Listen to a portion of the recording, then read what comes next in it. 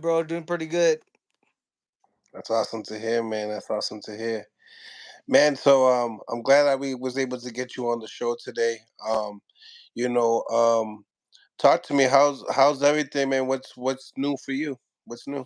Yeah, man, everything's been going good. I was supposed to be fighting. I was supposed to fight October 21st, but there was a couple of things that were happening that I couldn't fight and couldn't really do what I had to do and fight on that day. But everything has been going good ever since, man.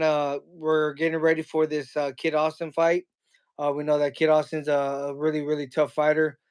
He's a young, hungry, up and coming fighter that is, very eager to be one of the best, man. He's a very, very hard worker as well, and he's confident right now, man. But like I said, man, I still feel like I have a lot left in the tank. I'm a very, very dangerous opponent. I'm getting better, man. I'm by far in the best shape of my life right now.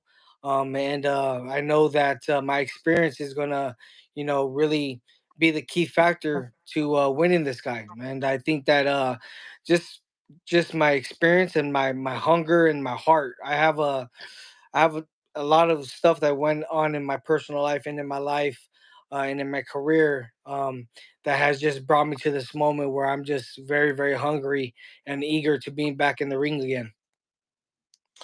For some people that haven't really heard about your upbringing coming into the sport of boxing, your amateur pedigree. If you could just let some of the new viewers, some of the guys that are getting into the sport now, about yourself. Yeah, man. I mean, I had a great amateur background. I mean, I was a two-time national champion, Olympic trials winner, um, placed sixth in the world championships to qualify to go to the 2012 Olympics. Went to the 2012 Olympics. Fought twice in the Olympics. Fought a Russian guy, beat a Russian, and then fought the Cuban. Ended up losing to the Cuban, but I ended up getting a lot of amateur experience, man, and then ended up signing with Golden Boy Promotions, and had a tremendous career ever since, man. Been fighting as a pro fighter for 18 years now. Started fighting at 122 pounds and worked all my way up all the way to 135 now. That is where I'm contending at now, and hoping to, I had a couple of injuries. I mean, not injuries, but a couple of mistakes in the past of not making weight. But I know the mistakes that I was doing inside my life and in my personal life that was causing me to do that. And now I'm, like I said, I'm very, very focused now. I'm eager, and this is the opportunity right now. I feel like all the momentum right now is with Kid Austin, so this fight is a challenge for myself. Not only to see where I'm at as far as my career and what I want to do in my boxing career after this fight, but I just want to showcase to everybody that these guys ain't shit, man. All these young up and coming fighters, man, they are getting spoon fed. I've worked my whole pro career, man. I fought tough opposition all the way till this day, and it's been a hard journey for myself, man. Seeing that these fighters are, getting the easy way to the world titles and stuff like that, kind of makes me frustrated. But I'm using it as motivation because I know that it's giving me that extra leverage inside the ring by gaining all that tough experience that built me to the fighter that I am today. And you speaking upon like spoon fed. I mean, looking at your resume, you've started, beating people with winning records from the jump. Um, with a guy like Kid Austin, I mean, I seen on your Twitter, I believe that you believe he's been spoon fed. Yes, well, don't get me wrong, man. Kid Austin's a hell of a fighter. He's a good fighter. He's a hard worker. He has good skill. He's strong. He's very powerful, and he's fast, and he knows how to switch stances so the punches come from different angles.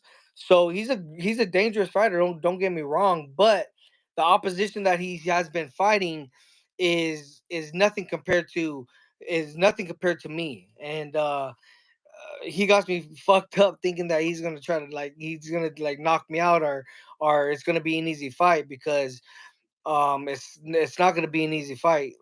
These I know that these last couple fights in my career, I haven't looked my best. My last fight, I felt like I really did perform pretty well. I performed at a B. Um, I was high active. I was throwing a lot of good combinations, and I was back to boxing and showing everybody my boxing skills, instead of just trying to rely on just one hitter punches and stuff like that, and having my guard up. So these next couple of fights, man, I'm just gonna bring out my boxing skills again, and I'm just gonna really whoop these guys' asses. These guys are, like I said, they're not on my level, and it's gonna show come fight night. When you see that these guys are not on your level, what's like the major thing that you see that's like, oh, they're not at this level. Well, it's because they haven't competed. They haven't really been tested inside the pro ranks. They haven't been hurt. They haven't went the full 12 rounds. They haven't, had to fight with a broken hand or a broken rib. Like you still have to in boxing, man. And in order to climb to the top, man, you really have to, uh, really battle in adversity and go and deal with adversity, growing up in your professional career, and that's how you become successful, and that's how you Battle achieve. tested. Yeah, because you have to get tested, and you have to pass those tests. And Kid Austin, he's going to be getting tested by me, but he's going to get his ass whooped, and people are going to see that I'm back, and I'm very very hungry. People are going to see that I'm a very very skillful fighter, and I have everything it takes to be a champion again. So I'm going to be coming for the 135 pounds. That being said, obviously he's Golden Boy's new prospect. Like, do you feel like you have to do more than just win the judges over that night? Do you feel like you have to do extra? Oh, absolutely, absolutely. That's why I kind of get a little mad and frustrated at myself for accepting a fight like William Cepeda, especially knowing what was going on in my personal life and everything that I was dealing with. I really couldn't do and perform and train how I wanted to prepare myself for a guy like William Cepeda, a guy that is hungry, a guy that was eager, a guy that wanted to, showcase himself and stuff like that. My body, I mean, I did the most that I can inside the training camp, with what I had. Um, but come fight night, my body was just done from all the dehydration. My body was just depleted, and I didn't make weight. So they ended up having me to do a rehydration clause as well. So I couldn't really rehydrate and fully be really good for that fight. And that's why for these next fights, I know that Kid Austin is, the next, contender, our next prospect that Golden Boy wants to have. But they have me, Golden Boy and Oscar De La Hoya have Joseph Diaz Jr., and I'm here to stay. And I'm going to show that by defeating one of their top prospects. What do you see in the boy that in your eyes that you're like, he can't mess with me. I seen him. Well, we sparred. We shared the ring. Back when I was getting ready for the Devin Haney fight. We shared the ring a couple times, and he's a good fighter. Like I said, man, he's a good fighter. But like I said, the experiences that I've had and the the the the the down and the nitty grind and the heart and the warriorness that I have, that I've showed in my professional fights, with having a broken hand, with having to cut in the second round with Tevin Farmer, and dealing with the adversity, you know um, with dehydrating and losing 50 pounds, 50 almost 50 pounds, to defend my 130-pound title, and not making weight but still fighting, and going through a tough fight with this Russian guy, 12 rounds, not even hydrated, and really really depleted. I feel like all that hunger and everything that I've been through is gonna really show that dog in me, and I'm gonna take this kid to a whole nother place that he's never been before. When do you think the fight will happen? I'm hoping that it happens in February. I was trying to work the date. I have a meeting with Oscar De La Hoya this week, and my manager Rick Mirigan, and I'm hoping that we're. I was hoping that we're going to get it in January for the Munguia fight, but I'm thinking that it might be in sometime in February, but it will be my next fight. Okay, okay. Yeah, so like obviously his last fight was co-main event. You're obviously a bigger name. So therefore, do you think that this might be Kid Austin's first main event? Yeah, I think it might be Kid Austin's first main event. I don't see why it wouldn't be, man. I have a good following and I have a good name in the sport of boxing, and I know that Kid Austin has a good following and he's an up and comer as well. So I don't see why it wouldn't be a good main event. Maybe even for a title eliminator or something for 135 pounds. Because like I said, man, uh, these past few years, man, I've dealt with a lot of stuff in my life where I know that I know that I'm a much better fighter, and I'm one of the best fighters in the world. When I'm at my best and when I really put my mind to it, and I showcased that a couple of times to the world, and I want to showcase that again. So I'm very very just hungry and eager for this opportunity. I've been praying to God, man, because I don't want to be taking any of these tuna fights and stuff anymore. Like the Jerry Perez, all these guys that they wanted me to fight next and stuff like that. I don't want any of these guys, man. I don't want to backtrack, man. I want to fight the top competitors. I want to fight the top prospects are the champions right now because I know that I compete in that, and I know I can compete in that, and I know by beating Kid Austin, a prospect, this next fight will get me a name like Shakir Stevenson or a name like Gervonta Davis or somebody at 135 pounds, maybe even Cambosis would be a good fight as well. So I know with the win, or maybe even a Cepeda rematch too. Um, I know that with the win with Kid Austin, it's going to create a lot of open doors for me. So I'm hungry. Mm. Cepeda, speak a little bit upon him, a guy that a lot of people don't really know about, too much, especially around the East Coast where we're at. We hear a lot of things that, Oscar promoting him, but sharing the ring with him, what could we be looking forward to? Like, what's good that he does in his repertoire? I think that the only thing that Cepeda has is really is just a gas tank, man. But like I said, man, he threw over 1,200 punches, bro. And I didn't feel not one of them. He didn't hurt me not once. The only thing was I was thinking what I wanted to do, but my body just really couldn't do it because of the weight cut and the dehydration and the rehydration clause that they had after me not making weight really, played a key factor. So I think that he's a tough fighter. He's a warrior, but I think with a guy that is a good counterpuncher and that is able to, have the conditioning and the endurance that could keep up with them, it's gonna be hard for Cepeda because he does get hit a lot.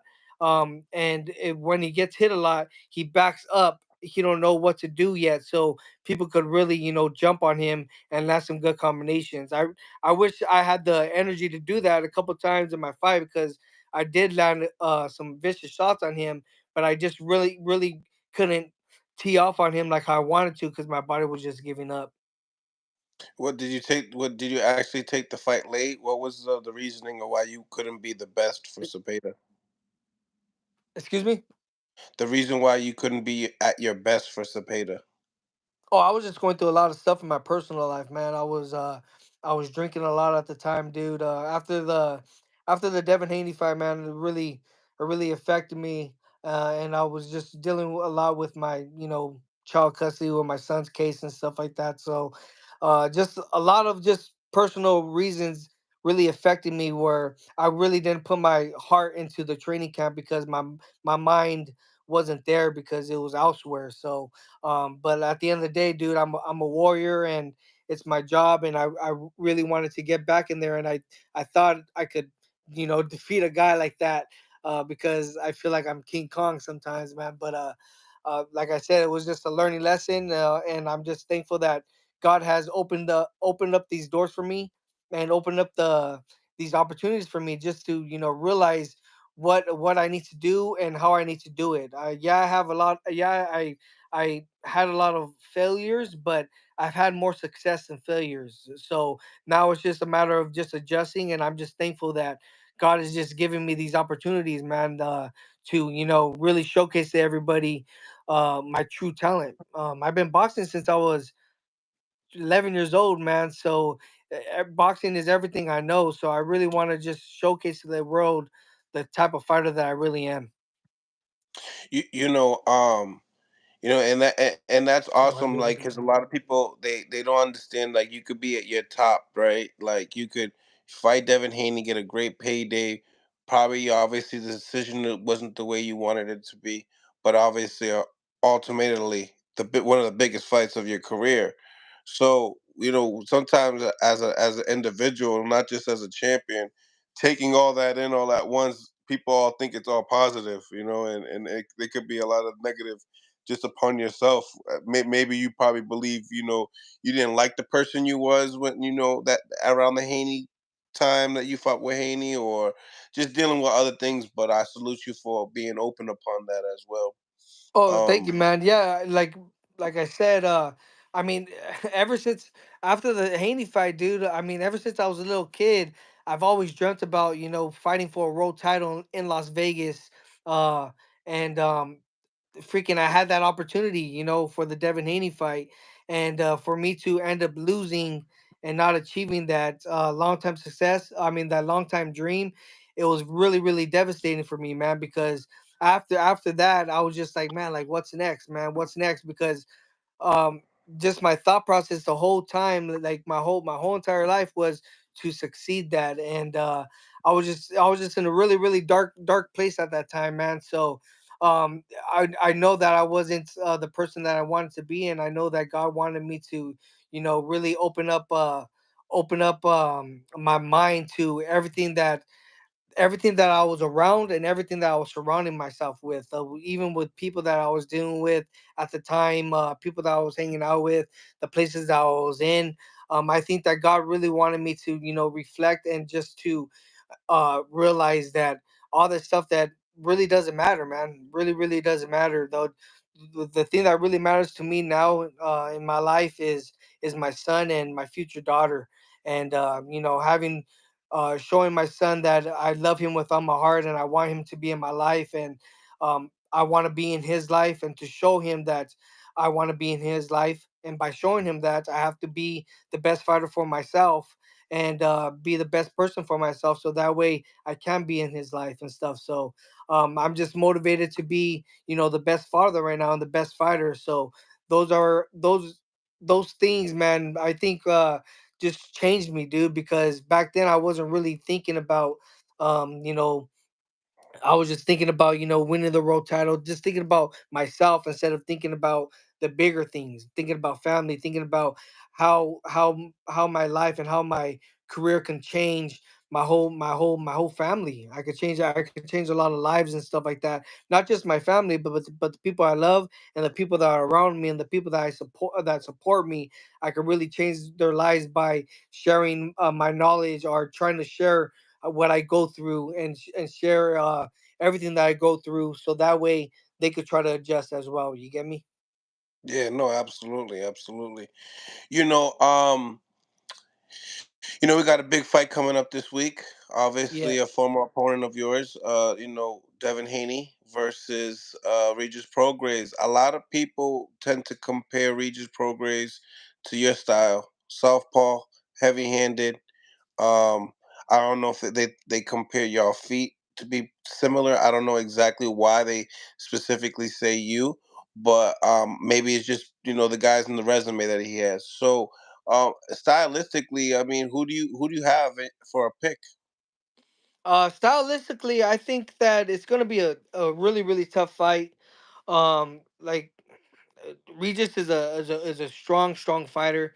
And if he catches Devin Haney, I think that he has the chance to knock him out or to get him out of there, because Regis does know how to stay calm during those times, and he knows the punches to land to knock out his opponents. So I do think that he does have a chance to knock out Devin Haney, but Devin Haney, man, he's a very, very skilled fighter, and I don't think that Regis has the boxing IQ that Devin Haney has. I think Devin Haney's gonna, jab him, clinch him, uh, make him feel uncomfortable at times by throwing a lot of combinations and just setting up traps and setting up combinations where it's just gonna keep Regis guessing. And I think that it's just gonna be unanimous decision, Devin Haney. Mm. Going against Devin, what did you know, what shocked you about going in there with him? What surprised you going in there with Devin?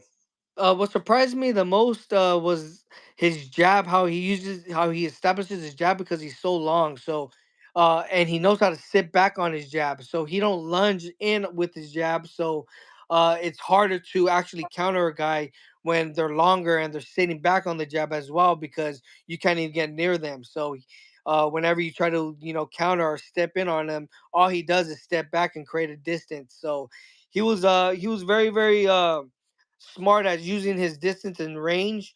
What I did feel like I didn't capitalize on is throwing more combinations on the inside. I feel like I did have a lot of opportunities in there where I did have him hurt and I was being effective in there, but I didn't take as much chances as I should have. Especially knowing that it was for the WBC World Title fight, man. I think I should have, opened up a little more and took more chances in the later rounds, and I think it would have been a different outcome if I would have done that. But um, Devin Haney, he's a very very smart fighter, as in knowing when to clinch and knowing how to get the referee to step in to reset. Right, right. Certain commentators were saying that Devin got hurt in that fight between you and him. Did you feel that way at any point in time in that fight? Oh yes, I feel like he got hurt twice actually. One time left hand to the body, and then one time a left hook to the chin. But the only thing is, like I said, once I landed those shots, I got a little too jumpy where I was just trying to land one hard shot instead of just throwing a lot more, just throwing combinations and using my skill to get him out of there instead of trying to knock him out with my power. That's where I messed up on. Mm. So you feel like if you had another chance to be able to, you know, do few another 12 rounds with Devin Haney, you would probably strategize it completely different. Oh yes, for sure. Yeah, I'll just be definitely more active. Do you think like you know when it comes down to this fight with Regis and Devin, do you think it's a 50-50?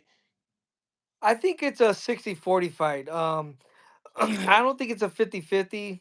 The reason is because, like I said, Devin Haney has tremendous boxing IQ.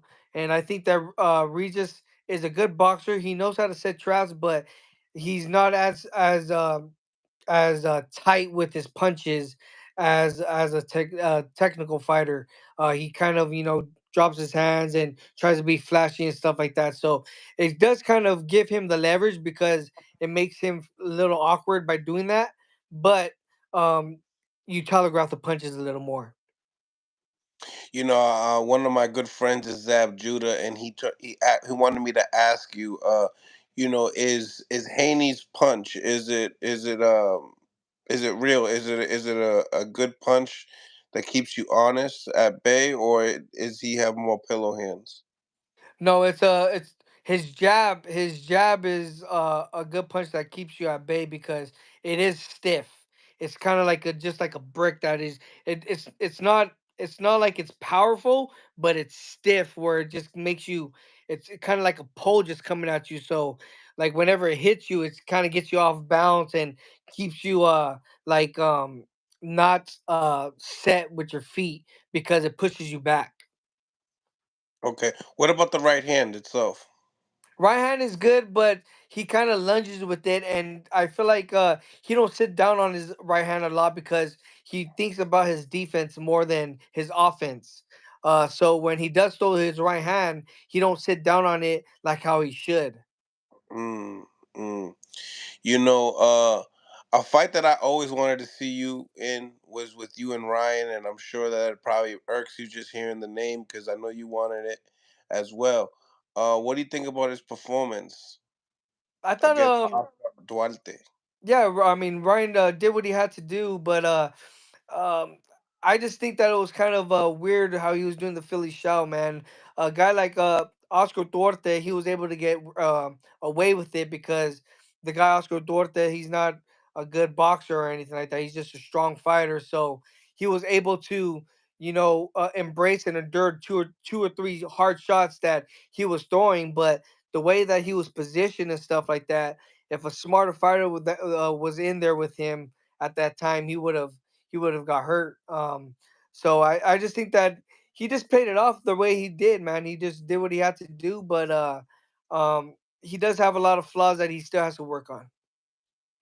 Do you feel like you have to kiss that fight goodbye due to the fact that he's moving up at 140 now, or obviously catch weights that are past 140?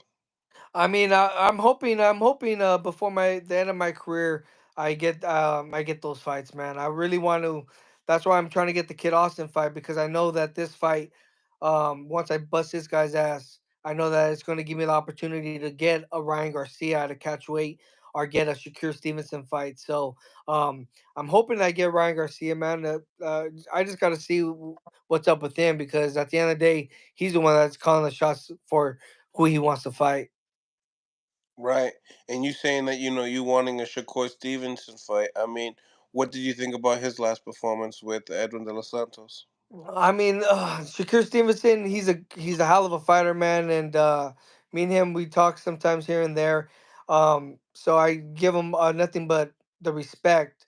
But at that point in time, man, I feel like he should have put on a better performance, especially given that it was a main event and it was a tough competitor and it was for the WBC title. So I think that he did what he had to do by jabbing and stuff like that. Maybe he was injured and stuff. That's what he said he was. But at the end of the day, man, these fight fans they don't want to see that. They want to see action packed fights and they want to see you take a little more risk in there. So hopefully he learns from this fight because like I said, man, a lot of people are not going to want to see him fight anymore if he's not as active. Uh, so when you guys spoke, did you guys speak upon actually, get being able to touch it up and rumble one day? Oh yeah, for sure. Yeah, we already talked, and we're trying to set it up, man. We're trying to set it up. I mean, I'm trying to set it up as well. So, and I know that he will be willing to accept the fight. So, like I said, this fight with Austin, Kid Austin, I'm not looking past him or anything like that. But I know that this fight, after this fight, it'll create me an opportunity to get and share the ring with Shakur Stevenson as well. Mm-mm. Yeah, your style. You're a fan friendly, fighter. So people are gonna always want to see you fight. Like I remember when you used to have that blonde hair, and you used to just knock out everybody with both hands. You know what I'm saying? So uh, we definitely appreciate you. And all the hard wars. Now, when we talk about your career, man, like what would you have to say your favorite ideal moment as a pro boxer? Winning the world title, man. Winning the world title. Against Tevin Farmer, dude. That was I feel like that's the kind of shape that I'm in right now. That I feel like I'm in my sparring and just in my training and how I'm running the track right now. My conditioning and my energy levels are at that level again. So um that was like the highlight of my career, dude. Just knowing that all the hard work that I've ever did, and everything I ever dreamed about, I finally achieved. And everything that I trained for and everything that I believed and all the things, everything that I went through was all worth it because I achieved that dream. So now I'm having that hunger again because a lot of people are counting me out, man. A lot of people are counting me out, and they're thinking that I don't know if they're thinking that I'm washed up or that they're thinking that I'm not taking the sport serious anymore. But I'm back serious, man, and it's gonna show on my next fight. What's the most thing that you hear, like as far as I mean, they can't say the age. You're only 31 years old. But would you have to say? Do people say, or do you get annoyed when people say, "Are you too small for 135?"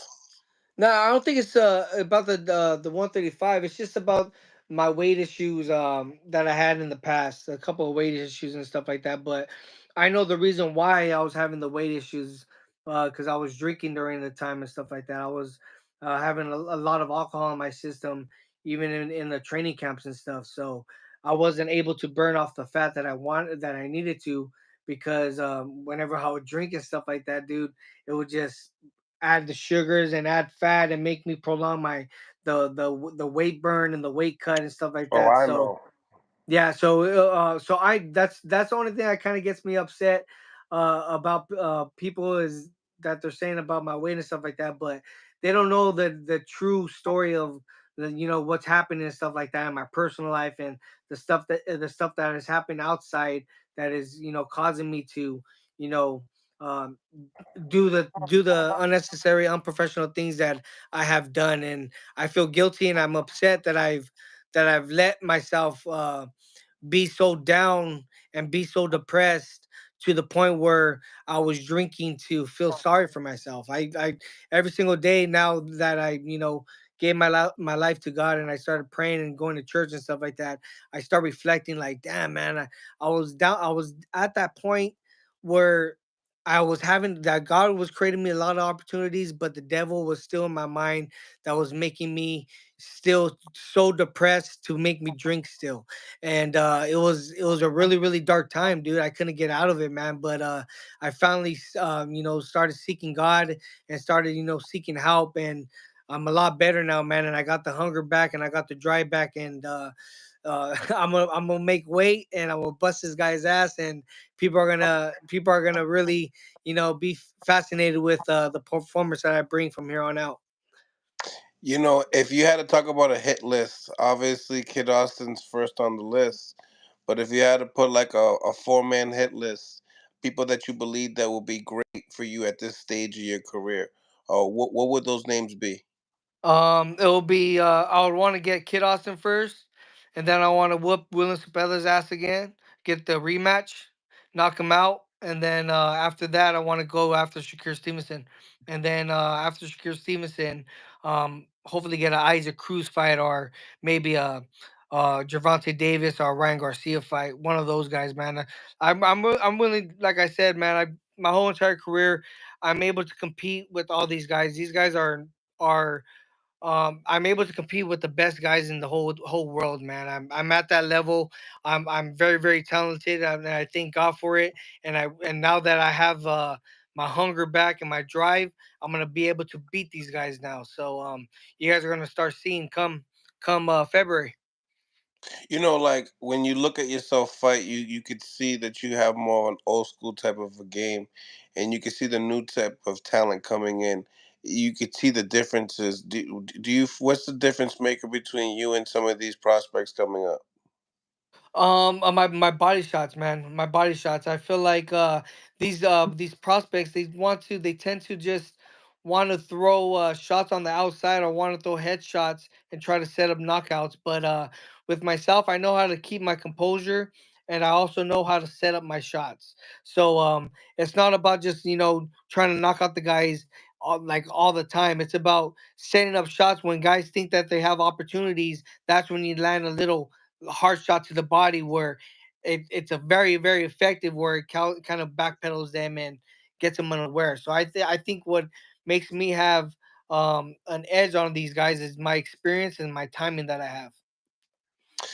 Yeah, and shout out to Blind Faith. It's true what he said. You know, nobody since the Shakur Stevenson's fight has really, called him out besides you. Honestly, I haven't heard anybody call out Shakur's name. And normally, when you see bad performances, that's the first thing that normally happens.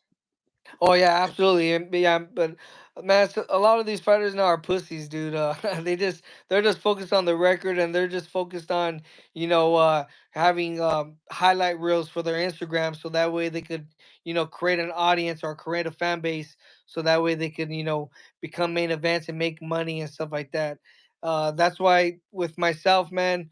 I've already done all that, and I know what type of fighter I am, and what type of man I am, and I want to compete at the highest levels, and I want to challenge myself and fight the best at any given time. So that is just me, and I'm gonna keep on doing that until the end of my career. When we talk about some of these prospects, some of the hottest prospects that you've seen, as far as like some great talent. I mean, you just said that you hope that these guys don't look at you as a gatekeeper, and if they are looking at you as a gatekeeper, and some of these guys like Keyshawn Davis, the guy that just Andy Cruz that they just signed. Um, what do you think about those names per se? Even that dude, Roman Manataya. What do you think about some of these names coming up? I mean, yeah, all these guys are really really tough competitive fighters, man, and they're all skillful fighters. But like I said, there's levels to the boxing game, dude, and you guys can't let your guys' hype the hype get you guys all roused up. You guys got to take the steps gradually, man. Take little baby steps gradually. And no, get hard fights here and there, and deal with adversity and gain that experience because um, I've seen it. I've seen it a lot of times in many people's careers where a lot of these people think that they're the shit, and then they go and to fight, top 10 type of fighter, and then they get knocked out. So it's just all about knowing your role, staying in your lane, and just adapting and adjusting and learning every single time. Downey, California. I mean, what's the boxing lineage look like over there? Downey, well, I was born and raised in Almani, California. I they say Downey because that's where I was delivered at and stuff. But there's a lot of gyms out in Downey and out in Maywood, out in South Almani. So it's always competitive, and you can always get work out here. For the Kid Austin fight, I'm probably gonna bring some people out from Vegas, and then maybe some people from the East Coast, just to give me that speed look and that type of bouncing around movement, because that is what Kid Austin's going to try to bring. He's going to try to bring that awkwardness to the table.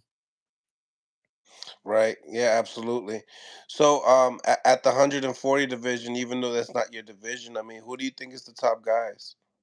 There's a lot of guys at 140 right now, man. That guy Matias is a pretty good fighter. I like Arnold Barboza as well because he's from the same city as me, and he just signed with Golden Boy Promotions. That's And right. he's ranked number one in the WBO right now. So He might he's be a the one that takes your Ryan fight. yeah. I think he might get the Ryan fight, or they might give him the Teofimo Lopez fight, maybe. They might give him the Teofimo Lopez fight too. What do you think Yeah. about those fights? I actually talked to Barboza like 2 days ago.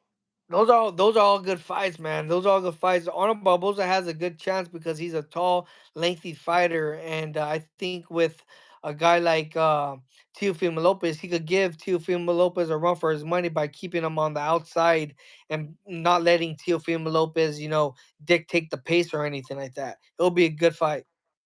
Mm. Have you been able to share any, like, when it comes to sparring, like big names at the 135 division?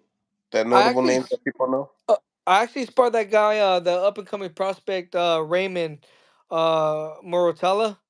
I How sparred is he? him. I sparred him getting ready for the Jerry Perez fight, and we went about 4 rounds because I sparred 10 round or 12 rounds, 4 rounds with three different people. But he was the first guy that I sparred, and he's a good solid fighter, man.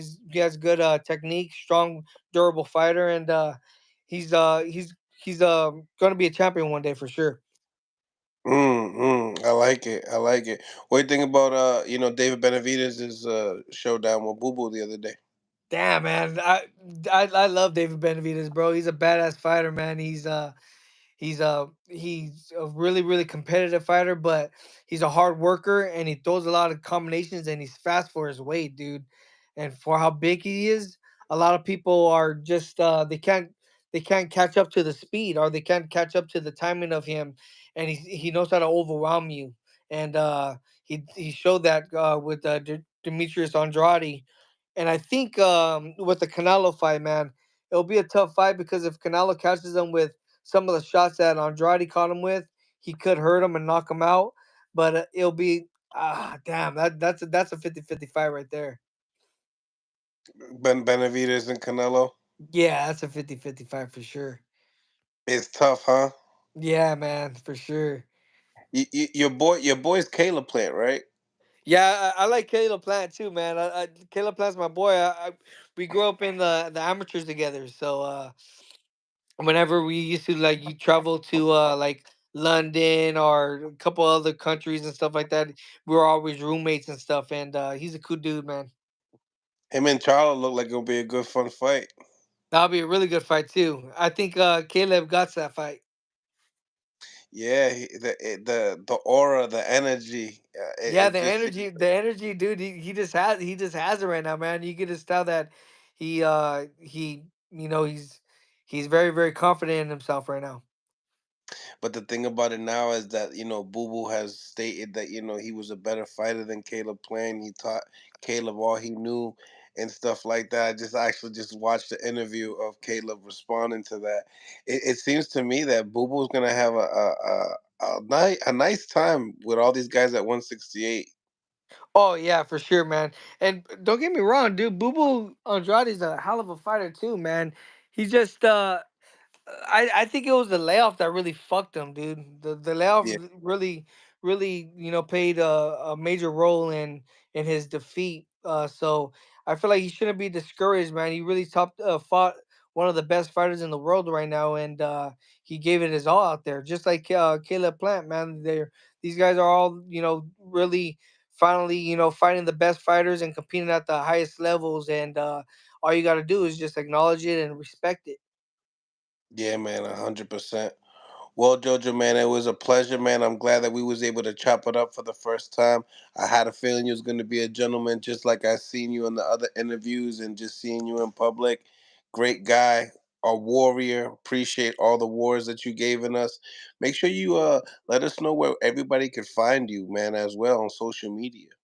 Yeah, if you guys want to find me, you guys could follow me on Instagram, Joseph Diaz Jr., and I have a Twitter as well, Joseph Diaz Jr. Like I said, I appreciate all the support. Thank you guys for this interview, and I promise you guys, man, I had a long journey and a long career and a good career, but this is just the beginning. I feel like the end of my career is really gonna be a phenomenal one, and it's really gonna I'm really gonna make a statement and make history. So that's what I'm planning on doing. I really want to make a statement for myself and for my legacy. And make sure you guys tune in because Kid Austin, you're coming. You're next. I love it. I love it. I love the energy. And one more thing, just anything that you'd like to tell the fans, anything outside the ring about yourself, that they could get to know you a little bit better. Yeah, man. Just I'm a father now. I got a 3-year old baby boy. His name's Zenith Diaz. He's the love of my life. I love him with all my heart. And now I'm having a daughter on the way that is coming on the 23rd of December. So Congrats. I'm gonna be a girl dad now too, man. So so I'm Oh, really it's looking forward to over. that now, bro. It's over. It's over. I don't know if it's gonna make you stronger or it's gonna make you weaker. I have I no know, man. idea. That's what I'm saying, bro. I can't be showing weakness out here anymore. All Facts, brother. Facts, man. Well, I appreciate you, my brother. Much love, and I'll hit you up for the next one right, brother. God bless. as well, man. God bless you. Smash the like button, ladies and gentlemen. Also, subscribe to the YouTube channel. This is Mill City Boxing, home of the high level pro boxing media, the Fighters Channel, the Trainers Channel, the People's Channel. And there we have former champion Joseph Jo Jo Diaz. Another great interview, another one on the books.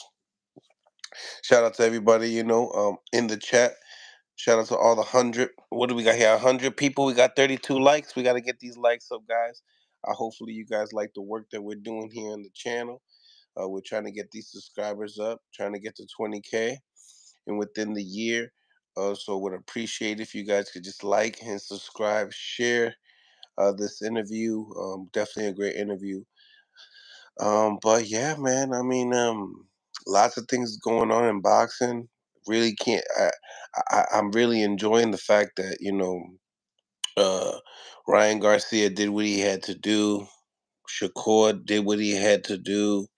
Everybody did what they had to do, and we get to go. All of us can go and analyze and grade everyone's performance and see what we would think.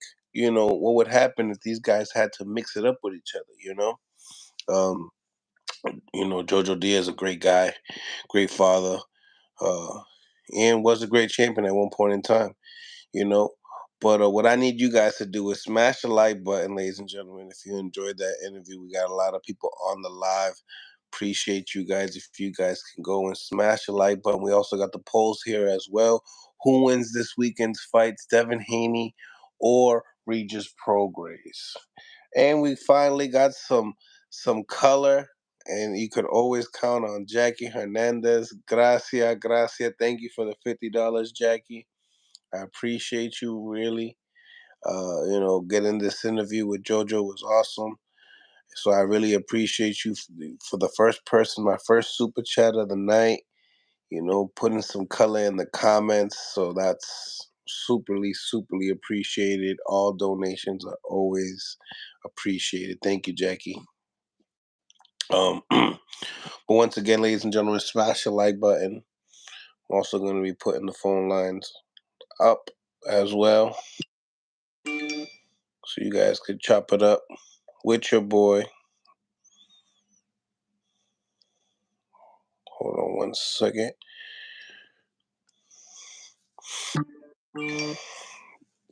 Another great interview in the books, ladies and gentlemen. Make sure you guys smash the like button. Mills, you hearing whispers of Russell versus Catterall. uh, oh, I haven't heard anything, honestly. I haven't heard. I heard Catterall was going to fight somebody else. Wasn't there like Richardson Hitchens or something like that? Salute to everybody though. Shout out to everybody on the live, Blind Faith, Suckers, Watch Out, everybody. Jackie Hernandez. Salute to everybody on the live. Great interview today. Great interview today. But gearing up to this, Devin Haney and Regis Prograis, the promotion has been awesome, man. Can really enjoy some great promotion that they put it together. Um, you know, Devin Haney looks shredded. Like I mean, the boy looks like he's been on snack for a minute. Smash the like button, ladies and gentlemen.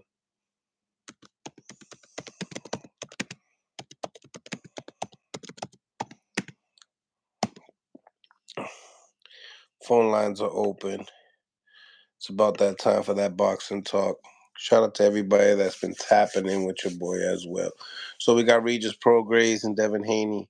I'm definitely with Jackie on this one. Want Regis to win. He's the homeboy, home team. But with the skills that Devin Haney possesses, straight jab. Yeah, I think the speed is going to be the major factor in this fight. Obviously, the footwork and angles of Devin Haney.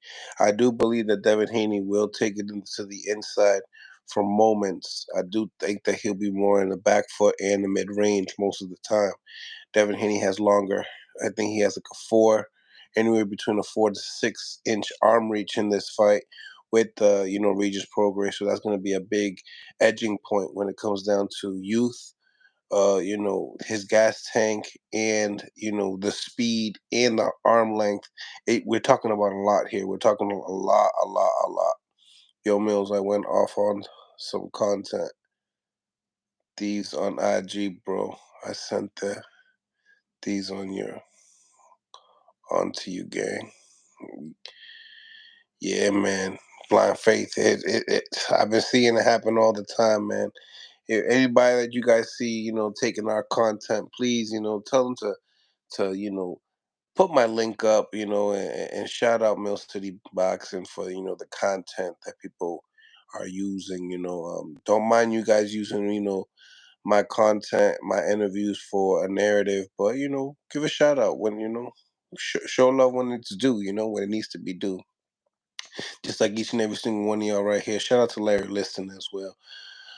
Um, yeah, like I said, the Gary Russell talks with Jack Catterall. I honestly seen something else. Somebody else fighting Jack Catterall, and I think it's Richardson Hitchens. I'm not sure. Don't quote me if I'm wrong, but that's just what it is. Devin's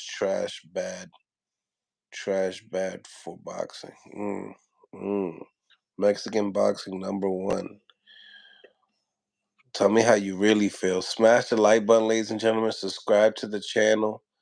It's Mill City Boxing, home of the high level pro boxing media, the fighters channel, the trainers channel, the people's channel. And we have here in the polls 77 votes. Devin Haney at 58%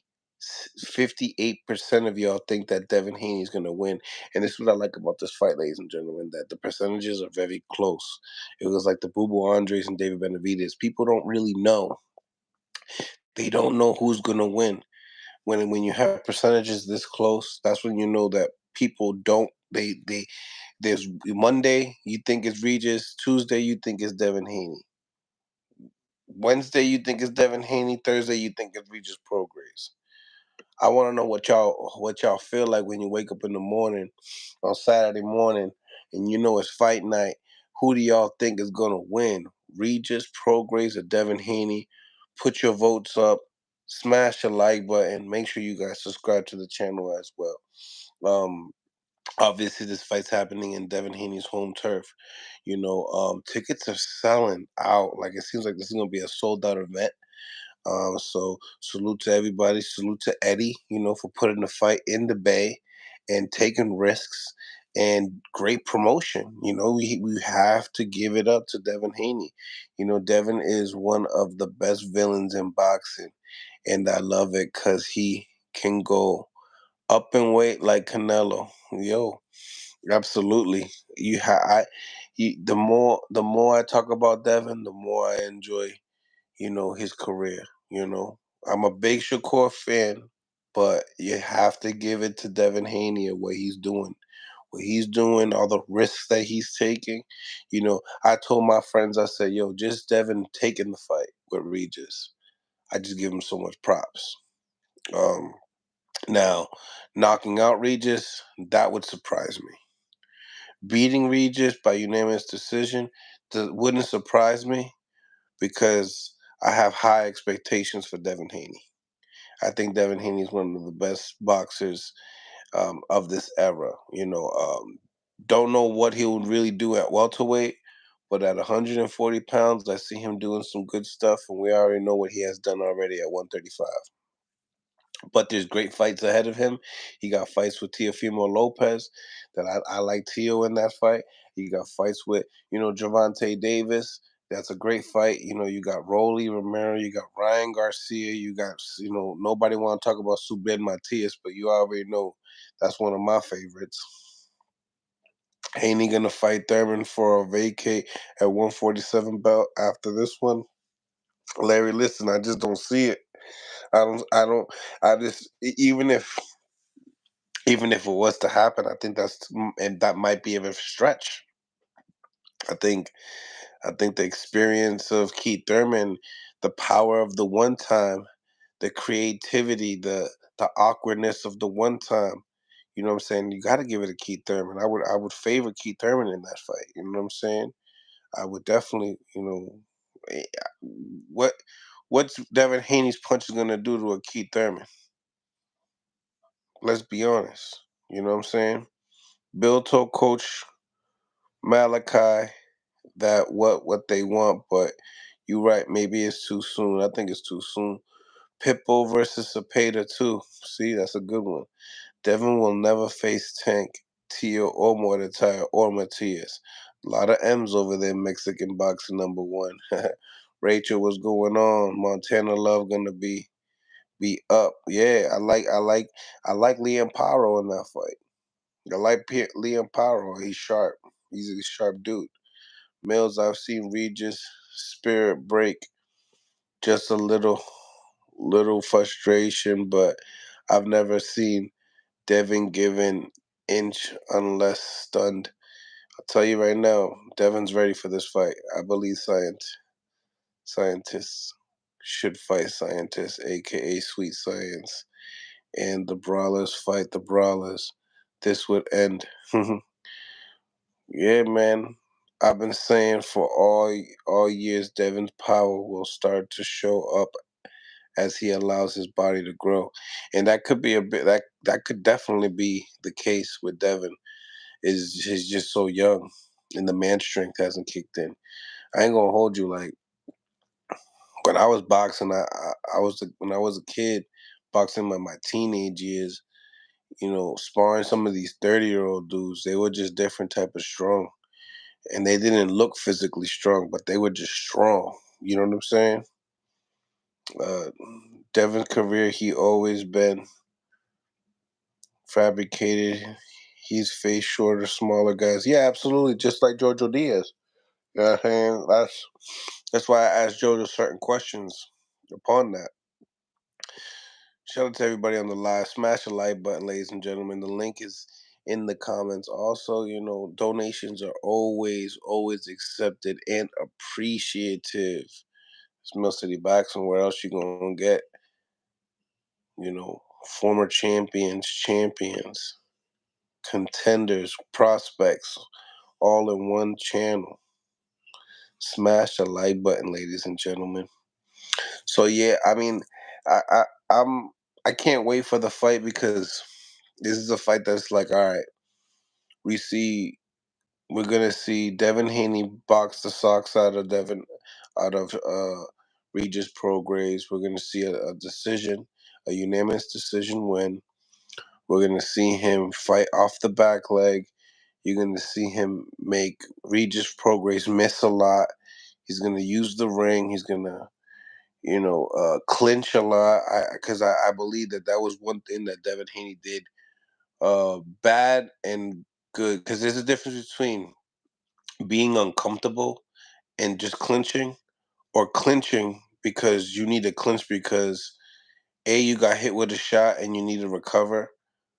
B, I just got hit with a shot. I'm about to recover.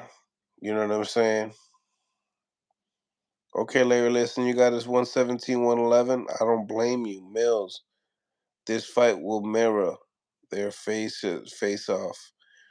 Regis gets his off time. Yep. Y'all boring. Devin is trash for boxing facts. I don't listen. Beat him. Beat him. Mexican boxer number one. They gotta beat him. If you're trash, you could be beat. You know what I'm saying? You could be beat. I don't think Devin Haney's trash. There's no way you can accomplish what he has accomplished in being trash. You know what I'm saying? I think that Loma win kind of sealed the deal a little bit for me. You know what I'm saying? The Cambosos wins, uh, I appreciate the Linares win a little bit more than anything else. And the JoJo win. But that's just my opinion. Regis is tailor made for Haney. I stand by that. That Larry Listen in the building. Mills thought on Bam versus Edwards. You already know what people that know me, they know that I'm going for Bam. I think Bam might get him out of there too. Honestly, I see Bam getting Sonny Edwards out of there in the late rounds. Y'all heard it here. Bam Rodriguez is a special specimen. Special. The Mexican Lomachenko. He's great. He's a special fighter. He is a special fighter. If anybody that likes Bam Rodriguez, put the thumbs up. Bam Rodriguez is one of them special today fighters. You know what I mean? So when December 16th comes and you go on the zone, make sure you guys remember I told you this. Bam Rodriguez, when you watch him fight, you would want to copy some things that he does. He's that good. He's that good. And One time I was on Greg Hackett's live and I said that Bam was a special fighter. And he's like, you got to be crazy, Mills. Crazy? I know when I see something special. Bam Rodriguez is special. He is special. Bam says he's gonna knock him out. I can't wait for that fight. I can't. I think that we needed that fight.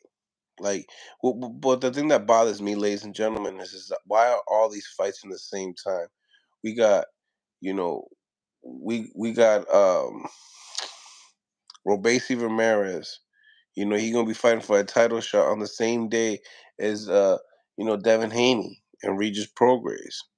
Then that Sonny Edwards card, right, with Bam Rodriguez is on the same night as the Showtime card with Morrell. So I wish that they spread out December's schedule a little bit more, so we would, I feel like the last 2 weeks of December we're gonna be like, where's boxing? You know what I'm saying? So we need to hit the January schedule real soon. Bam don't duck no smoke, and he's just good. You don't hear me talk about like certain fighters saying they're fire or like I'm like legitly I get gas watching Bam Rodriguez fight. That's how good he is. He's that good to me. No real rap. Smash the like button if you like Bam Rodriguez. 2024 Lit Mills. Yeah, man. Absolutely. Absolutely. Yeah, Barbosa and Davis is on the Virgil. I'm glad that Virgil Ortiz is back too. Yeah, at 154 pounds. Just another good name at 154 pounds. Smash that like button, ladies and gentlemen. Smash the like button. Dev, my favorite fighter, but preferred for him to fight. You prefer to fight Ryan? Yeah, I mean Ryan and Devin is a good fight. I think that Ryan and Rolly is the best fight at 140 when it comes to that level of guys. You know what I'm saying? At that level of those guys, Ryan and Rolly, they're a good match made in heaven, what they call it, right, guys? Match made in heaven. Smash the like button, ladies and gentlemen. Smash the like button. Subscribe to the channel as well. We got 91 votes. Y'all believe that. 59% of y'all believe that Devin Haney will be victorious against Regis Prograis this Saturday. And I don't blame you. Hopefully sets boxing tournaments again. Absolutely, we need boxing tournaments. Absolutely. Smash the like button, ladies and gentlemen. Smash the like button. Appreciate all the donations as well. Like always, thank you for rocking with your boy.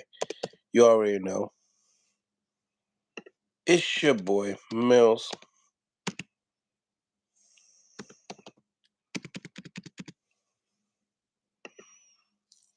Cash app right there for anybody feeling generous. We here in the late night. They said that they wanted the Mill City back on live, so we back on live. Late night tip, So, I just sent this link to Zab too, because Zab wanted to talk with me, calling me on the phone. So you can call me on the phone, and that means that you down to chop it up, right? Smash the like button, ladies and gentlemen. Smash the like button. Don't forget to subscribe to the channel. Press the notification button. Mills, Tang versus Frank happening. I think that's definitely gonna happen. Um, I think the Tank team got some surprises for us 2024. I feel like we're gonna get a real active Tank. And an active Tank is a scary Tank. You know what I'm saying? Devin Haney wins this weekend. Put it on the poll. Put it on the poll, LA Signs. Put it on the poll. I'm with you on that though. My guy's Regis, but he got to talk a tough task. A tough task, man. And we'll be doing the betting show probably probably do the betting show on Friday or on Saturday morning. You know what I'm saying? Mills, What about Munguia versus Ryder? That's gonna be a dominant. I like the fight. These are two guys that they're like rhinos, right? They're like rhinos. Munguia obviously throws more punches. Ryder, very durable guy. Ryder, southpaw. Ryder been in there with the best of them, especially at 168 pounds, been in there with the best of them. Munguia should be victorious, and we'll get that fight with Canelo Alvarez Cinco de Mayo and gets knocked out by Canelo Alvarez, I believe, as well. What's going on, BJ33? What's going on, Salute Mills Champ? What's going on, ladies and gentlemen? What's going on? The polls are starting to get more steeper. We're at 60%. 60% of y'all believe that Devin, the Dream, Haney, becomes victorious. Now, let me know what y'all think in the comments as well. Does it happen by KO? Does it happen by unanimous decision? A split decision? A draw? Let me know in the comments, how does Haney get the job done? Very curious. Let me know where y'all from too. Let me know where y'all from in the comments as well. Anybody new to the channel, please subscribe to the channel. Help improve the visibility of the show by liking this as well. Devin Haney and Regis Prograis. It's a firefight. You know what I'm saying? We got the guy, Devin Haney. He makes adjustments faster. He's the sharper, bigger, higher IQ type of a fighter. I should say boxer, because Regis Prograis is not just a boxer, he's a fighter. He's going to have to fight. He's going to have to make it dirty. He's going to have to do things that he don't want to do, but he's going to have to do it to be victorious, to make it even competitive. Regis Prograis needs to do a lot of feinting and cutting the ring off and dictating the pace, pushing, forcing Devin Haney to the ropes and working, doing the best work on the ropes. If Regis Progress can't get Devin Haney on the ropes, he's gonna have a long night. Devin Haney's best work is when he's in the middle of the ring. Devin Haney will flash that jab. I'm curious to see if the southpaw Regis Progress can take away that flashing jab that Devin Haney has. Devin Haney's best attribute is his jab. Some people like Jo Jo Diaz just said to us and stated his stiff jab is better than his right hand. So that being said, if Regis Progress can take away Devin Haney's jab, we got ourselves a real 50-50 fight, ladies and gentlemen. Now, the interview before we did this interview with JoJo, we had an interview with Elijah Flores. A guy that has been called to be several champions sparring partner. Guys like Gervonta Davis and Regis Prograis called Elijah for this camp specifically to mirror Devin Haney's style in camp. So, Elijah Flores has said great things. He thinks it's a 50-50 fight. I don't think he's being biased on it. Hey, I asked him who he think punches harder, Regis or Tank, and he said Tank, guys. So Tank got bombs. Tank got bombs. How many plans does Regis have? What can Regis take away from Devin? What does Regis catch traps Devin? I mean, if Regis could take away Devin's jab, right? Trapping is something that I think you need to have a certain amount of rounds in the bank. And it's gonna be hard to trap somebody that their feet are better than you, but it's all about the timing. So it's like you could trap someone that's faster than you, that has better feet than you, but how do you press the pressure? Because sometimes people pressure too much at certain times and they don't think. It's called calculated pressure, right? Because you could pressure, pressure, pressure, and then you're the one doing the pressuring and you're the one touching the ropes. That's not good. You know what I mean? You want to be able to do calculated pressure. You don't want to smudge your work.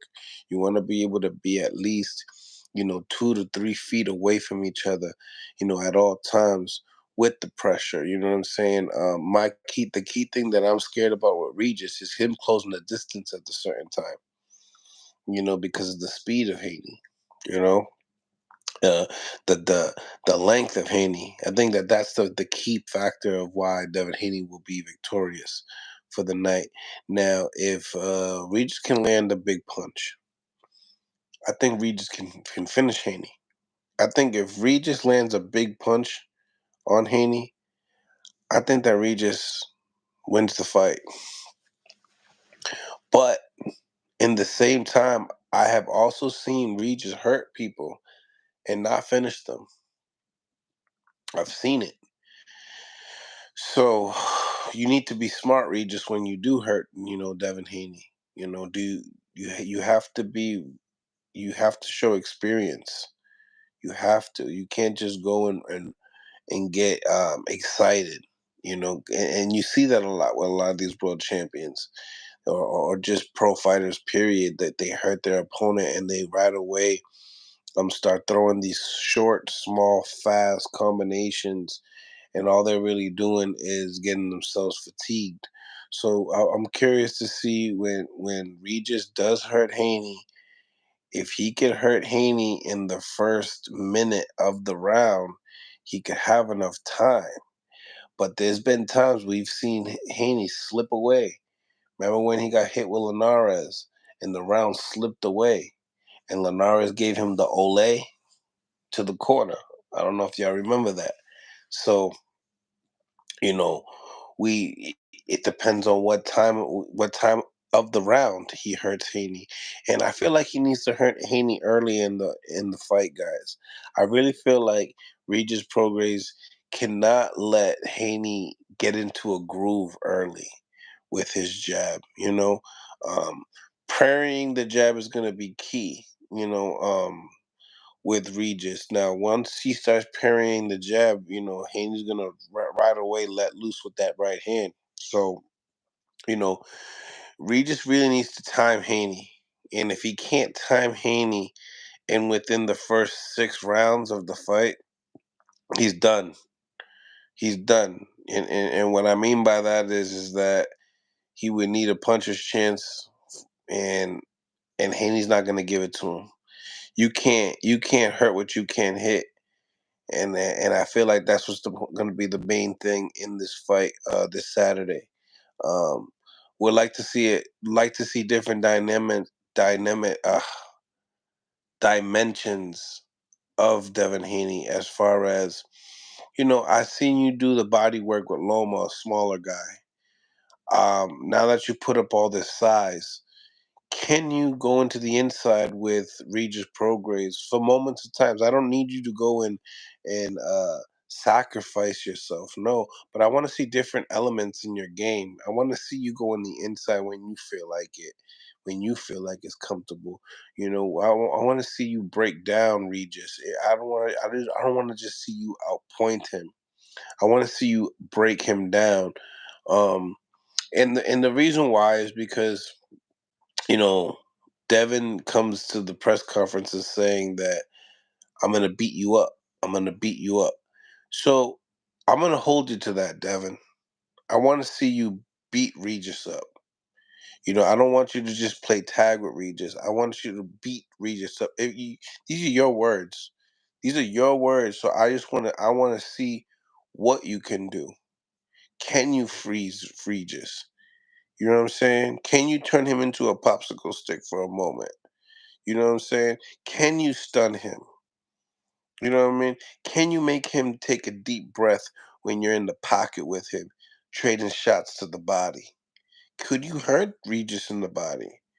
You know what I'm saying? So these are all questions that I want to, I wanted to be answered because I feel like the public on both sides, even Devin Haney, big Devin Haney fanboys, that just they just say anything. You know what I'm saying? Like, oh, he's a terrific body puncher and shit like that. Well, like your body puncher that do it work with Loma. It worked with Loma, but this is a different type of threat. We're dealing with a one punch power threat. Granted, I think that Lomachenko is a harder fight to prepare for. I think it's a harder fight to deal with. I think it's a fight that you have to deal with. Uh, you're gonna have to adapt more to that fight. So coming off of that fight goal, leading up to this fight, Devin's coming with a great mental state, but keeping it 100, you know, Regis Regis does punch hard, and all we need him to do is fight dirty.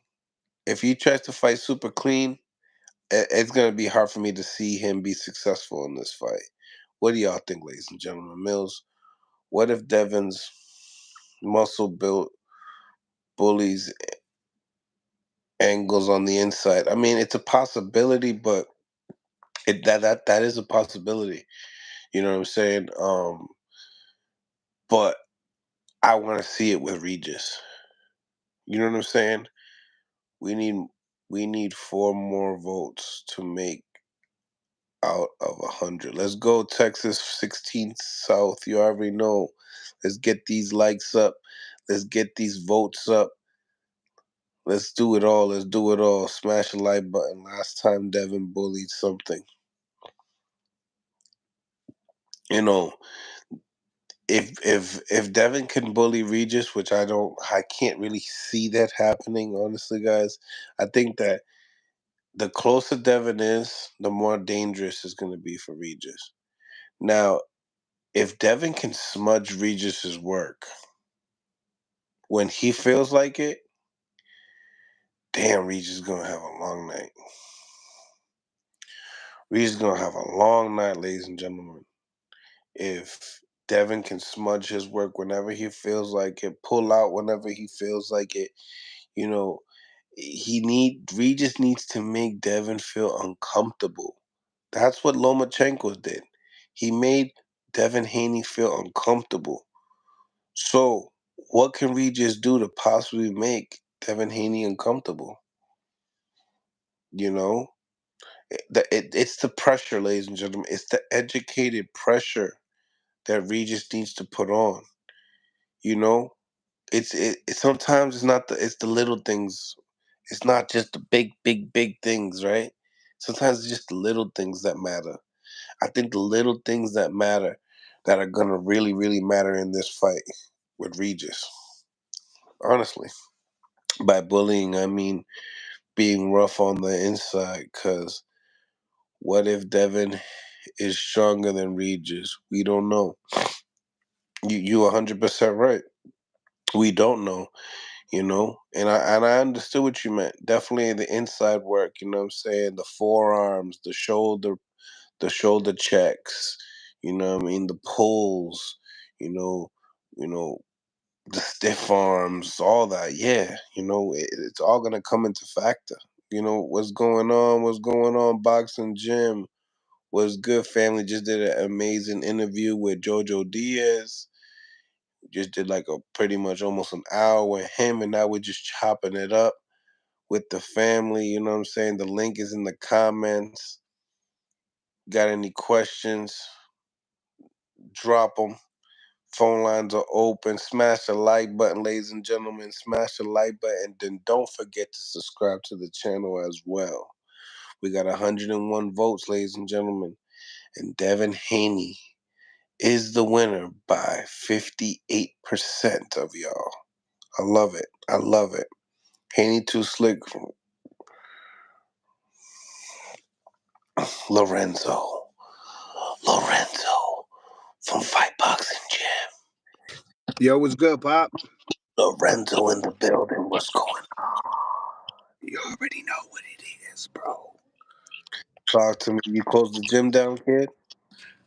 What? Yeah, I closed down. I'm actually right now taking my big ass to 24-hour fitness. There you go. Yeah, you know what I'm saying. I'm getting it in. Gotta get it. You gotta get less round. Yeah. You know what I'm saying. I'm in shape because circles of shape. You feel me? Like Oh, that was good. That was a good yeah. one. That was a good one. I'm like an in shape fat guy. I give you like three smooth rounds. After that, I'm fucked. You know what I'm saying? For real, Mm. I could move with the best of them right now. 3 rounds for real.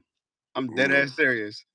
I'm giving everybody work for the first 2 rounds. The third one, I'm just gonna start clenching and start giving you the tricks of the trade. You feel me? Mm. At the old Mm. man, nah, man. But how you been living, bro?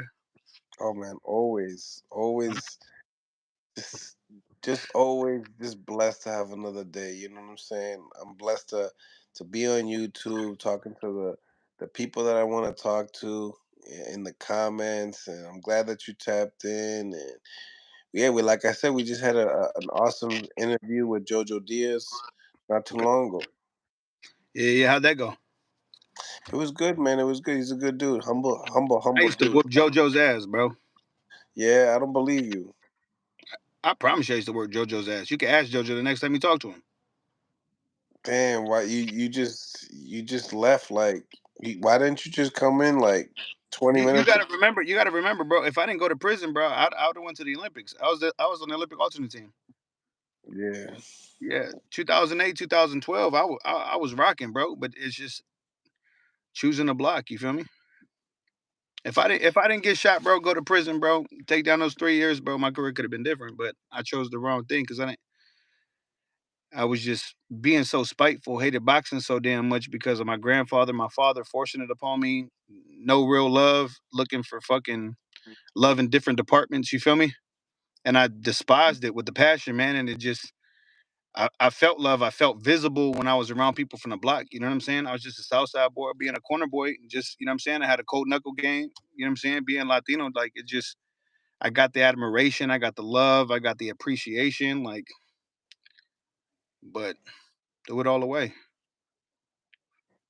You threw it all away for some chicken head Nah, not no chicken head. I ain't with never some did that. tight Nah. Hey, tell Jackass that what's up though. Cause she said, "Is that the same guy from last time?" I said, "Yeah." But what I was Jackie gonna say, Hernandez. Talk to hey, me. no, what I was gonna say was, I really wanted to talk to you about this whole Ryan fight that just passed. All right, Talk to me. I feel like my heart of hearts, man. You know, through coaching and shit. Um, I think this kid's gonna have a bright future, bro. Ryan, Yeah, I think he's gonna be a. I think he's gonna have a bright future. explain. Okay. First and foremost, just from the boxing aspect, I do believe that he has the tangibility to become an elite fighter. Talk to me. He has all the tangibilities. Height, he has the distance, he has the range, he has the speed. Obviously, speed equals mass. Um, I do believe that if Derek James can alter his mental state and be Mm. more of a healthier figure for his life, nutrients for his soul, that we could see potentially Ryan leading any division that he's in. Now I'm not saying that at this moment he can do it, but I do believe that, say for instance, if he did have a mind of myself in his camp or someone like you that can speak to his soul, someone that can take him and nurture him the right way, what doesn't he have to be elite? You know what I'm saying? And I seen that he didn't duck the smoke with this dude, and this dude could have dropped him at any point in time. Obviously, that Philly show wasn't the prettiest, but it got the job done, and it served its purpose at that moment. You know what I'm saying? Mm. What do you about? He said it served its purpose at the moment. That should look ugly as hell. No, it did, That should it have no did. purpose. But what happened in retrospect of him doing that Philly show. When he was doing the ugliest form of the Philly show, right? What he was doing, I believe, what I would like to believe. Now, this is not factual. I don't know. I haven't spoke with him since he's been in San Diego. Um, we were part of his camp 2 fights ago. James Earl, my fighter, was in camp with him. Uh, the kid obviously is a little underdeveloped mentally, a lot of emotional roller coaster emotions. But at this point, I would like to believe, back to the Philly show, is that I believe that he chose to do the Philly show, one, because he was exposing his back to Oscar, because the ref had already warned Oscar in a plethora of times, like, yo, stop hitting him, stop hitting him, stop hitting him. So he overcompensated with that Philly show to hopefully get a point deducted, or to be able to continue to keep the ref on his side.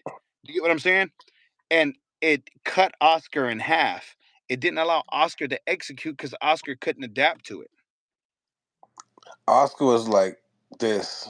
He seen the Philly and he said, "What in the world is going on right now?" And he thought that that was so retarded. You know you know what they say, you can't hit a retarded person. Yeah. He didn't. He felt like Ryan was retarded right there, so he didn't want to hit him. It sounds all great and all, you know what I'm saying, to make it comical and shit. But regardless, Oscar didn't rise to the occasion and he True. didn't become triumphant. It's the truth. It's so truthful that Oscar still lost Because of why? because he Because of the didn't. Philly show. Huh? No, because he Because didn't. of the Philly He didn't. show. He didn't capitalize on the vulnerabilities. His corner wasn't intelligent enough to create the game plan to be able to counter what he was doing. Oscar just should have blew that up on Bro, that day. Ryan there was Garcia. times that he would turn, and Oscar would get, he didn't get a point deducted, but he was getting, they were telling him a few times, yo, Yes. And that's the reason why I think that Ryan kept doing it, because what he was reaching for, one, was not exposing his front side to him to allow Oscar to chop him down, and he kept giving him his back in hopes that maybe Oscar was going to continue to punch him in the back or in the back of the head and get a point deducted, just in case it did go to the scorecards. You get what I'm saying? Like, no, I yeah, think he I was. understand that. Yeah, that's what I believe. That's what I'm saying it was serving its purpose for. I'm not saying that it was adequate defense, but I'm saying that it was a great cocooning effort in order to be able to help get to the next level for Ryan. Like he said, I was trying it was working for like 2 to 3 rounds, and then once it wasn't, I had to get out of it. Yeah, I think what really upheld his performance was when, he was putting those combinations together. It was the left hook, right hook, and the speed, the power of that went around the guard of Duarte, and that's all he needs is his defense is his offense, and he needs to figure out ways to use his feet more. He did use his feet more. This is the fight that we did get to see Ryan use his feet a little bit more, but he wasn't comfortable with it, so he altered to that shell that he did, and it wasn't proper,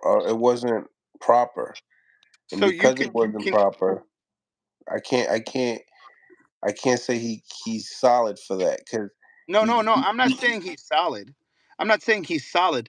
I'm saying it served a purpose. You get what I'm saying? Like, at that moment, Oscar wasn't didn't have the IQ to adapt to Ryan Garcia's inadequates there. He didn't. Any fighter should have, with an IQ, should have exposed Ryan. that dude was confused. Do you know how confused he was? He was so confused. He was just as confused when Ryan was doing that when they counted to 10 and he found out the fight was over. That's how confused he looked. You know what I'm saying? Yeah. So that just Ryan, he tried something in a fight when he should have been trying it in sparring. No, yeah, definitely. And I concur with that. And that's the reason why I'm not saying that you're incorrect or anything like that, but what I'm saying is that it just served a purpose. You get what I'm saying? And Obviously, if you can brush up those type of things, I believe that the sky is the limit for this kid, because I do believe that if you see him without judgment, blameless, without the critiquing of fans and criticism of other coaches and fighters, and you just looked at what he did do correct, I do believe that if Derek James can break through to this kid and be not just a coach, but also another father figure to him. You get what I'm saying? Because it's his dad turned to Papager. You know what I'm saying? He became more of his manager than his father. You know what I'm saying? And I believe if Derek James can break through to him, I'm saying from what I've seen from him, I think this kid could be a fucking force, bro. Because when I was seeing him maintain his distance, throwing those pop shots clean, you know what I'm saying? Working the pull downs, changing direction, hitting him precisely, pinpoint accuracy. I And he was, could beat Broly. He could beat Broly. yeah, I think that if he can get the proper nourishment, I do believe that there's not a person other than, I don't think there's a person in 140 that will be able to beat him if he does what he has to do. Mm. I don't think, because of what he brings to the table. I know people will listen right now and they'll think that it's a gimmick. People will think that I'm talking out I my think I ass. think I think Matias puts him to sleep. I think Matias is overrated, and I've always told you that. I believe Matias has a chin and he can chop you down. But other than that, he gets caught with the straight left hand all the time. He gets caught with the straight right. He stays on that damn line so much. He'll He's still huh? he still beats Ryan's ass. I don't believe so. I believe that he can.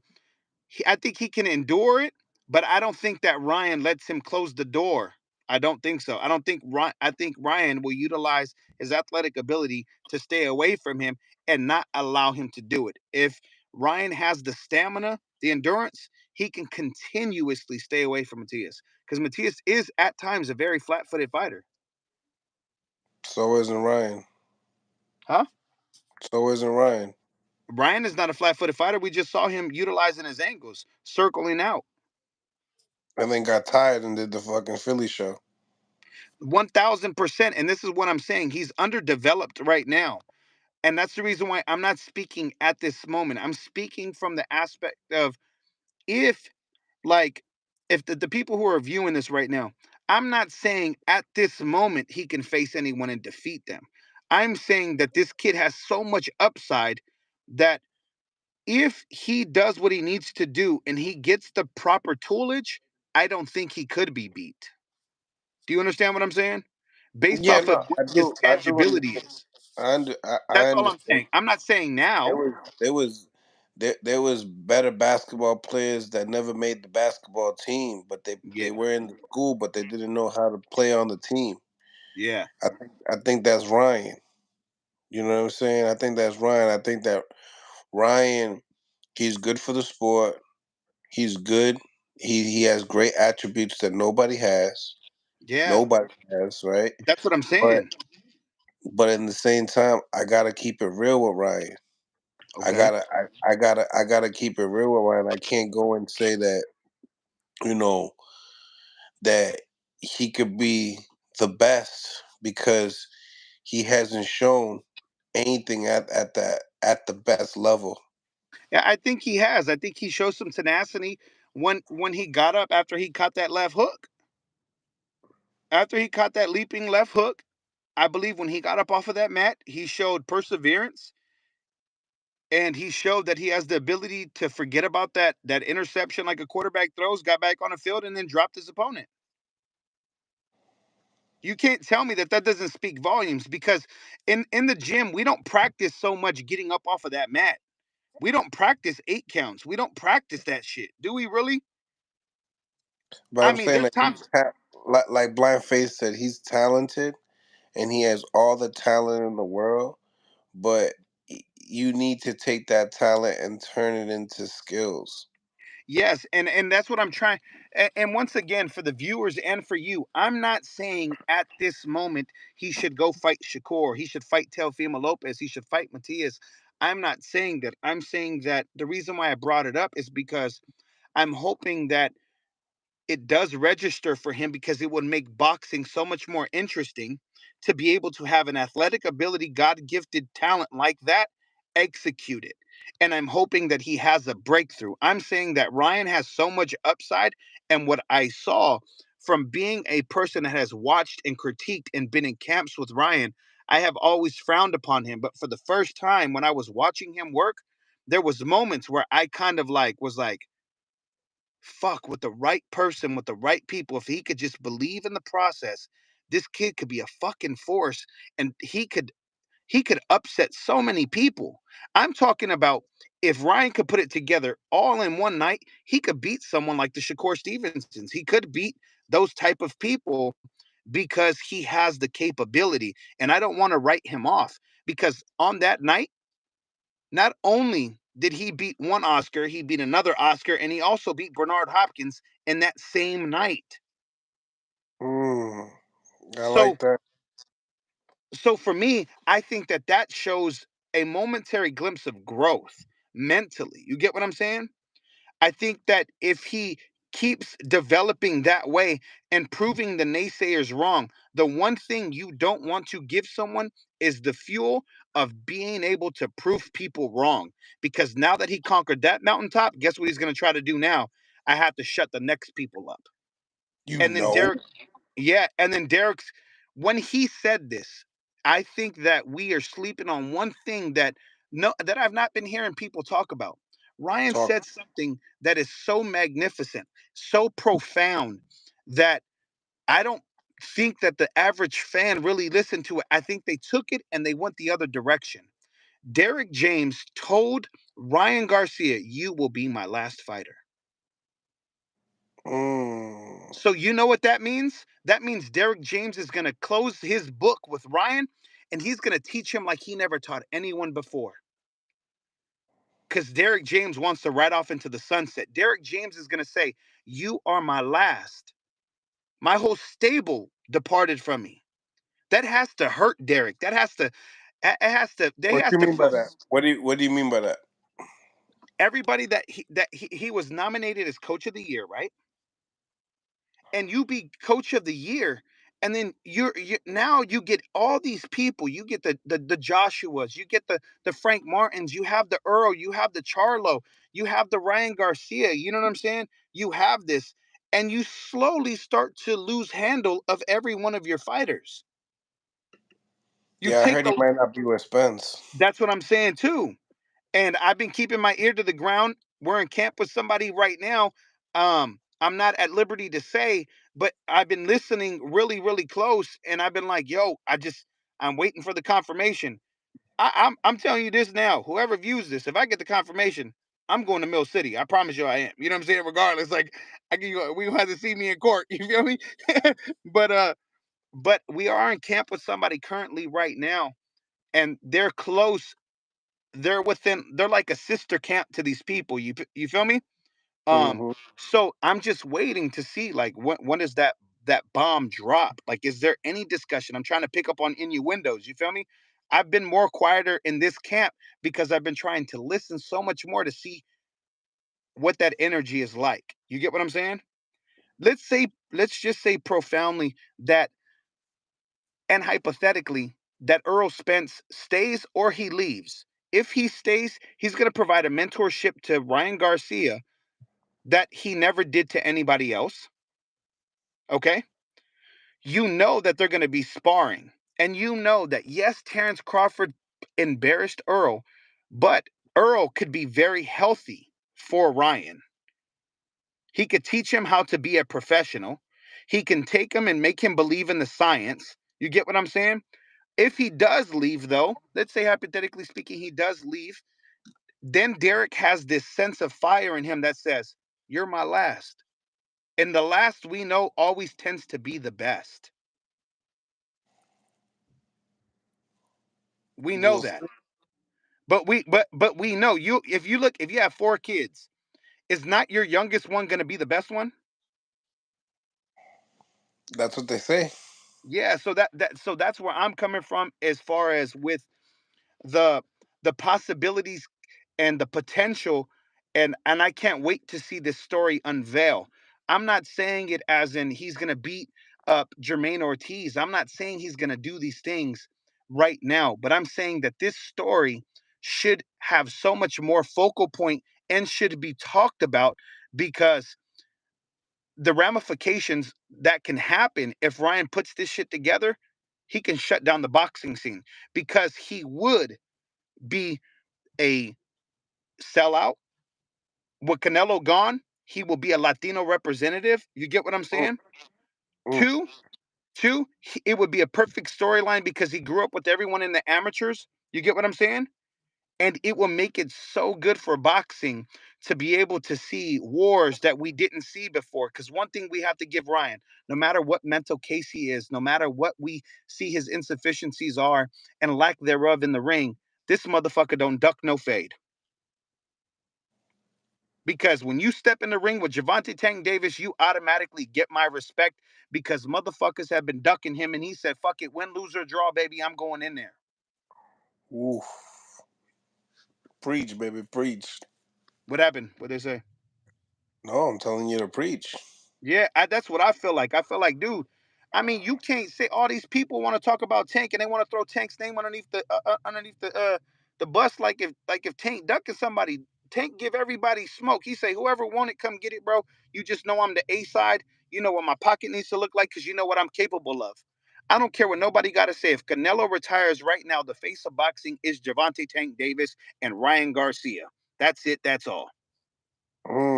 That's That's it. it. And that's That's all. because Javante sells more than Bud any day of the week. I'm not saying that Bud isn't dope. He's pound for pound, but we know for a fact that who's going to carry that mantle? It's going to be Javante Tank Davis. El tanque. Exactly. And Ryan Garcia stood in there, and guess what? I promise you more than anything, before the departure of Derek and Ryan Garcia, we will see the rematch of Ryan Garcia and Javante Tank Davis because it deserves a rematch. Mm. Yeah, I see that happening as well. And I see that shit happening before Shakur faces Tank, before Devin faces Tank, before anybody Too else much faces money. Tank. Huh? It's too much money on the line. Exactly. There's too much money on the line. That's what it is. Who do you see facing Tank?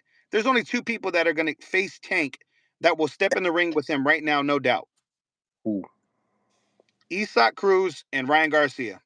They're the only ones that stay at his door. So you don't think Shakira Twitterson would do it? Fuck no. Or he would have been did it. Yeah. He needs Tank. Mm. You think so? Shakur needs everybody. Tell me what Shakur's selling out, Pop. New Jersey? Yeah. That's not, he ain't doing a fraction of what Ryan's doing. He ain't doing a fraction of what Isak Cruz can do for the Latin community. Mm. You even mentioned it when you went live with Shakur Stevenson compared to where you went live with Isak Cruz. What were the numbers like? Eastside Cruz was higher. Exactly, because those people in Mexico, that's a hope for them. That's a livelihood. You get what I'm saying?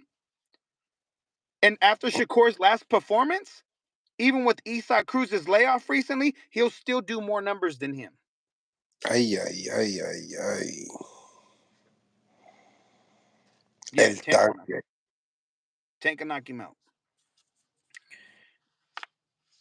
And I do believe that when he goes to 140, everyone's gonna shut the fuck up. Everyone's gonna have something to say, nothing to say.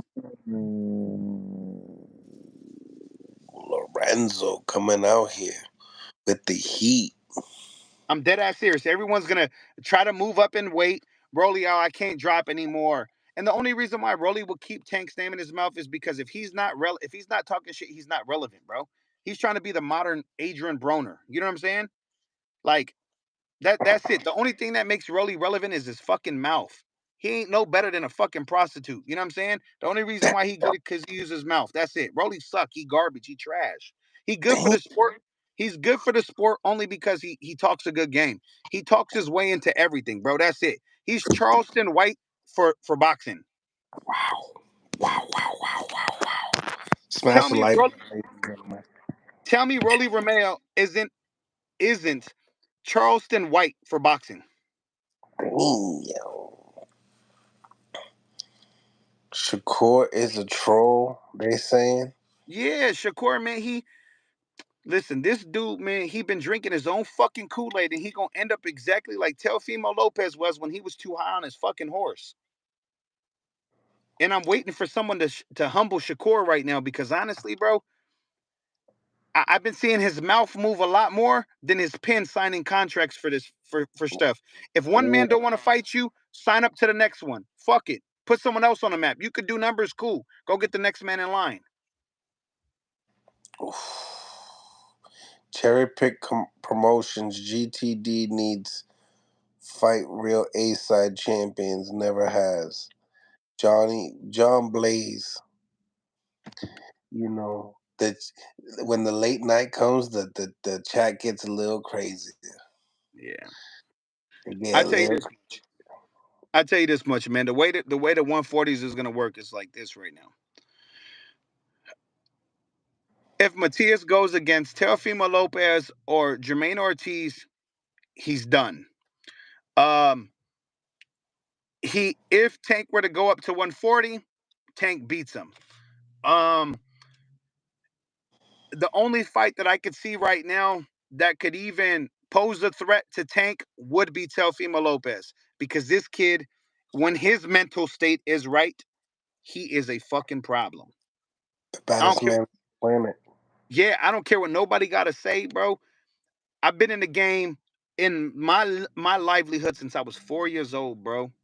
I've been doing this. I Mm. took my first state championship when I was 6 years old. You feel me? I fought for 19 years straight, bro. I went to prison, and that's the only time I had off. I opened up my boxing gyms, and I've been coaching every day of my fucking life has been boxing.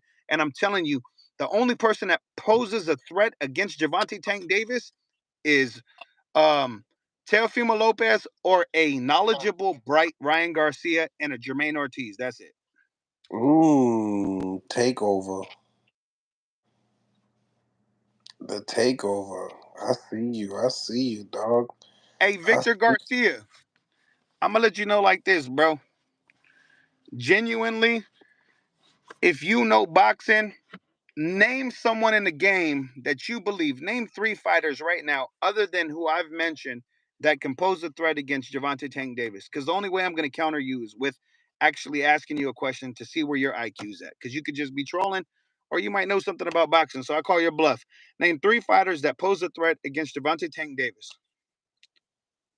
ding ding ding ding ding ding ding Yes, ding ding ding Dale ding does. ding. Devin doesn't. Devin doesn't. Nope. Shakur doesn't. Uh, who can we say? Nobody. I Ooh, think Tank.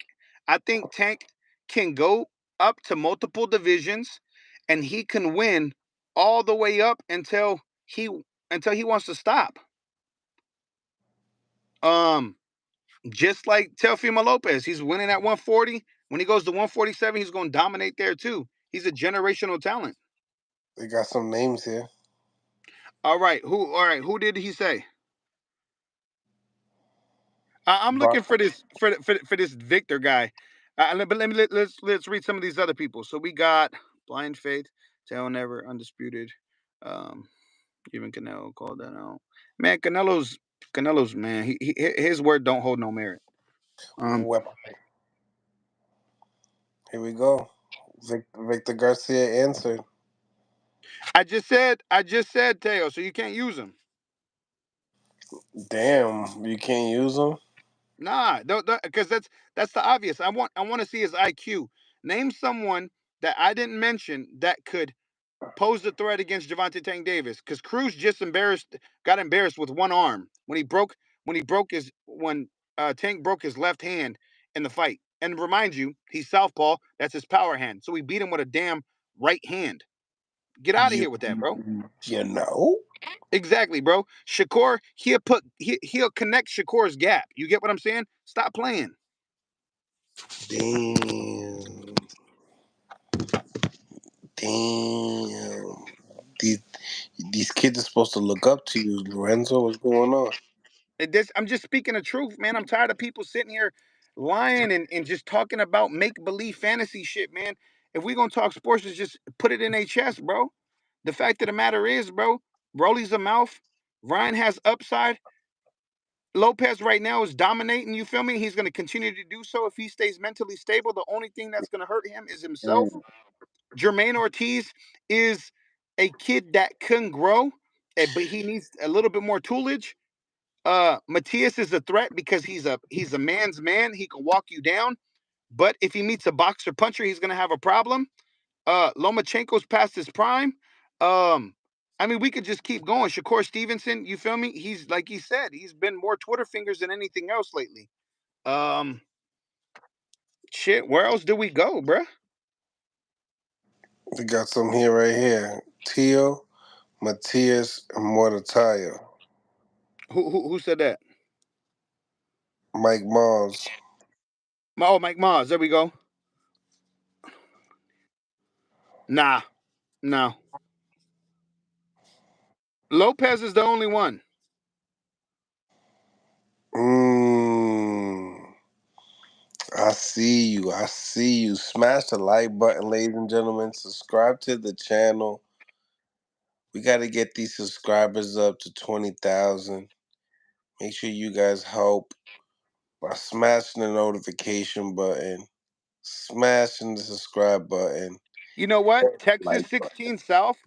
Texas 16 South made a good point, and I'll acknowledge that just because for one, I mean, I like the way you articulated that. If Haney holds off Regis, right? Um, and say for instance he does go the 12 rounds like you said and he wins, he can do the same to Tank. The only difference and the only reason why I don't believe that is because of the athletic ability, durability, creativity, and IQ of Tank. Regis doesn't have 10% of that type of IQ, adaptability, and athleticism that Tank has. You get what I'm saying? Tank's lateral movement is underrated. His ability to work levels, his feints are phenomenal. He sets traps that a lot of other people don't. So I think that if he holds off Regis's power, or if he can eat Regis's power, it could be comparable to Tank's. But people say that Tank drops light heavyweights. So I don't know with that athletic ability. That's what I've heard. You know what I'm saying? I only work with Tank once.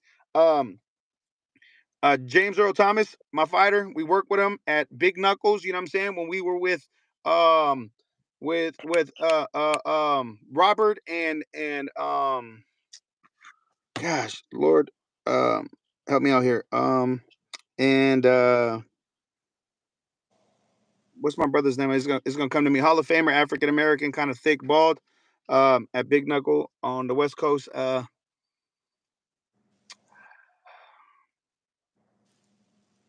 Fuck, I forgot his name, but we worked with him one time. Richardson Hitchinson was there. That's when Reddick got dropped by him. We were in camp with him. Tank is an impressive guy, but I didn't get to see all of that power. But people say he knocks out light heavyweights. You know, well, man, my man Lorenzo, appreciate you for stopping by, my guy. You already know I'm about to call it a day, call it a night. Appreciate each and every single one of y'all for stopping by as well. Appreciate the donations, Jackie. And we back at it with another one tomorrow, ladies and gentlemen. You know, an all new interview and some boxing talk. So much love to everybody in the chat. Lorenzo, keep up the good job. All right, man. I'll holler at you, brother. You be blessed, man. Appreciate the platform. You guys like and subscribe, man. Promote, you feel me? Because if we don't, who will? Thank you for bringing it to our front door. Everybody, the consistent viewers, like the Jackies and all them, you know what I'm saying? I just want to say I appreciate y'all, man. Y'all keep boxing alive. Y'all the heartbeat. You feel me? And it's people like Mill Cities that make people like me have the ability to talk to superstars and get that platform. Thank you, thank you, thank you, thank you, thank you, brother. You make a difference. You feel me? I'm out of here. Thank you, bro. I appreciate you, man. Good night, man. Much love to everybody on the chat as well. Once again, appreciate all the donations. Thank you, Jackie, once again. Thank you to the chat. When we back out with another one tomorrow. Much love to you guys. And let's not complain. I've been having my glasses for the past couple of times. So much love to everybody, though.